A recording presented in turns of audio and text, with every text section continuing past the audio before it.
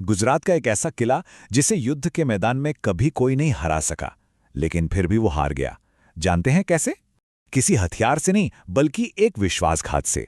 ये कहानी है ऊपरकोट किले की, जहां इज्जत, मोहब्बत और धोखे ने मिलकर इतिहास का रुख ही मोड़ दिया। ये जो नंबर है ना, ये उन सालों की गिनती है जितने साल गुजरात के सबसे ताकतवर बादशाहों में से एक सिद्धराज जयसिंह इस किले को घेरे खड़ा रहा। 1-2 साल नहीं, पूरे 12 साल। और यही तो इस कहानी का सबसे दिलचस्प मोड़ है। ये जंग सिर्फ जमीन की नहीं थी, ये जंग थी आन की, मोहब्बत की, और एक ऐसे धोखे की जिसने एक अजेय माने जाने वाले किले को घुटनों पर ला दिया था। तो चलिए इस कहानी में जरा और गहराई से उतरते हैं। देखिए, इस कहानी का असली हीरो कोई राजा या रानी नहीं, बल्कि खुद ऊपरकोट का किला है। ये सिर्फ पत्थर और गारे का ढेर नहीं है, ये तो गुजरात की शान और हिम्मत का एक ऐसा गवाह है जो सदियों से अपनी जगह पर खड़ा है। इस किले की कहानी बहुत पुरानी है। सोचिए जरा, इसकी नींव आज से लगभग 2300 साल पहले सम्राट चंद्रगुप्त मौर्य ने रखी थी। फिर यहाँ कई और राजवंश आए गए, लेकिन एक वक्त ऐसा भी आया जब ये किला खुमनामी में खो गया। सदियों बाद 875 ईस्वी में चुड़ासमा शासकों ने इसे फिर से ढूंढ निकाला और इसकी खोई हुई शान लौट आई। तो आखिर क्या था जो इस किले को इतना खास, इतना अभेद्य बनाता था? पहली बात तो ये कि इसकी दीवारें 20 मीटर ऊंची थीं, मतलब आज की 6-7 मंजिलें इमारत जितनी ऊंची। चारों तरफ गहरी खाइयां, और ये बना भी एक ऊंचे पठार पर था। मतलब दुश्मन के लिए इस पर सीधा हमला करना एक बुरे सपने जैसा था, लगभग नामुमकिन। लेकिन ये जो लड़ाई थी ना, ये सिर्फ जमीन के लिए नहीं थी। ये थी सोरठ के राजा राखेंगार और पाटन के सिद्धराज जयसिंह के बीच की सीधी टक्कर, एक व्यक्तिगत जंग। और इस महासंग्राम के पीछे एक नहीं बल्कि 3 बड़े कारण थे। सबसे पहले राखेंगार ने पाटन के शाही दरवाजे तोड़कर सिद्धराज की इज्जत को खुली चुनौती दी। फिर उन्होंने सिद्धराज की मां को सोमनाथ यात्रा के दौरान रोककर उनके परिवार और उनकी आस्था दोनों का अपमान किया। और तीसरा, और शायद सबसे बड़ा कारण था रानी राणक देवी का विवाह। सिद्धराज राणक देवी से शादी करना चाहते थे, लेकिन राखेंगार ने उनसे शादी कर ली। बस ये बात सिद्धराज के लिए आखिरी कील साबित हुई। और बस यहीं से 12वीं सदी की शुरुआत में इतिहास की सबसे लंबी घेराबंदियों में से एक शुरू हुई।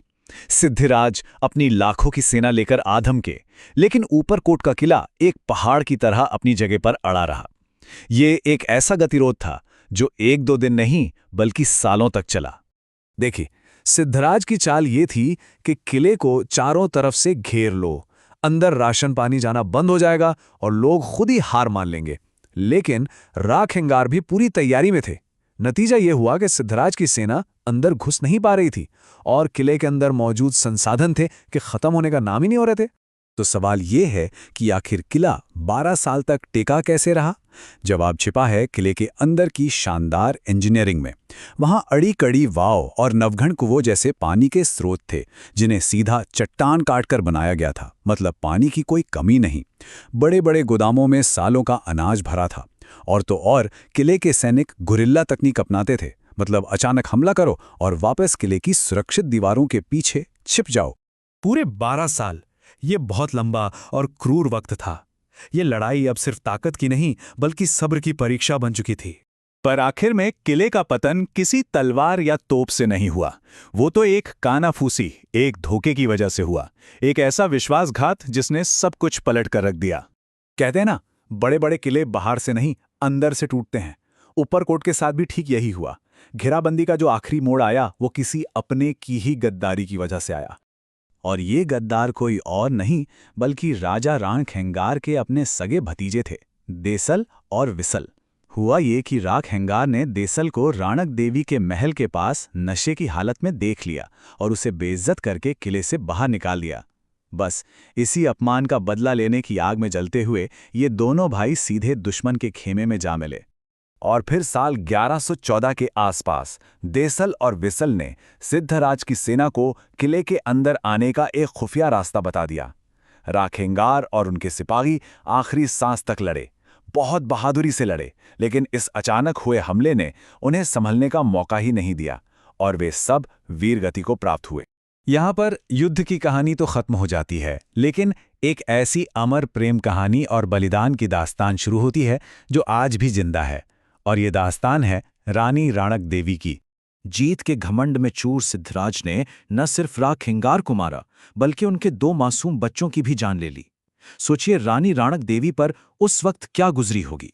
जब सिद्धराज रानी राणक देवी को जबरदस्ती अपने साथ पाटन ले जा रहा था, तब उन्होंने पीछे मुड़कर अपने घर गिरनार पर्वत को देखा और ये दोहा कहा।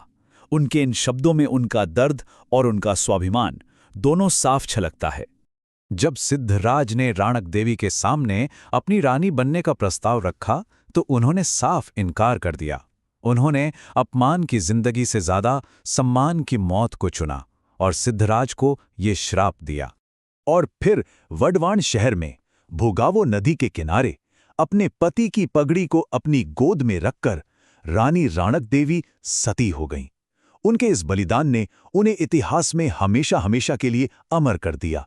लड़ाई खत्म हुई, राजा रानी सब चले गए, लेकिन उनकी कहानी आज भी उन पत्थरों में और गुजरात के लोकगीतों में जिंदा है। आज भी जब कोई ऊपरकोट जाता है तो वहां वो सब कुछ देख सकता है जिसने उस 12 साल की घेराबंदी को मुमकिन बनाया था। नवगढ़ कुओं और अड़ीकड़ी वाव जैसी बावड़ियां उस जमाने की इंजीनियरिंग का एक जीता जागता सबूत हैं, और वहां रखी नीलम और माणिक तोपें आज भी किले की शान बढ़ा रही हैं। इस किले की ऐतिहासिक अहमियत को समझते हुए साल 2020 में गुजरात सरकार ने 44 करोड़ रुपए से भी ज्यादा खर्च करके इसकी मरम्मत करवाई, ताकि ये कहानी और ये विरासत आने वाली पीढ़ियों तक पहुंच सके। तो आखिर में एक सवाल मन में आता है। लड़ाई तो सिद्धराज ने जीती, किला भी उसका हुआ, लेकिन लोगों के दिलों में और लोक कथाओं में आज भी राग खिंगार की बहादुरी और रानी राणक देवी का बलिदान जिंदा है। तो फिर असली जीत किसकी हुई? उस राजा की जिसने एक किला जीता, या उस रानी की जिसकी कहानी हमेशा के लिए अमर हो गई?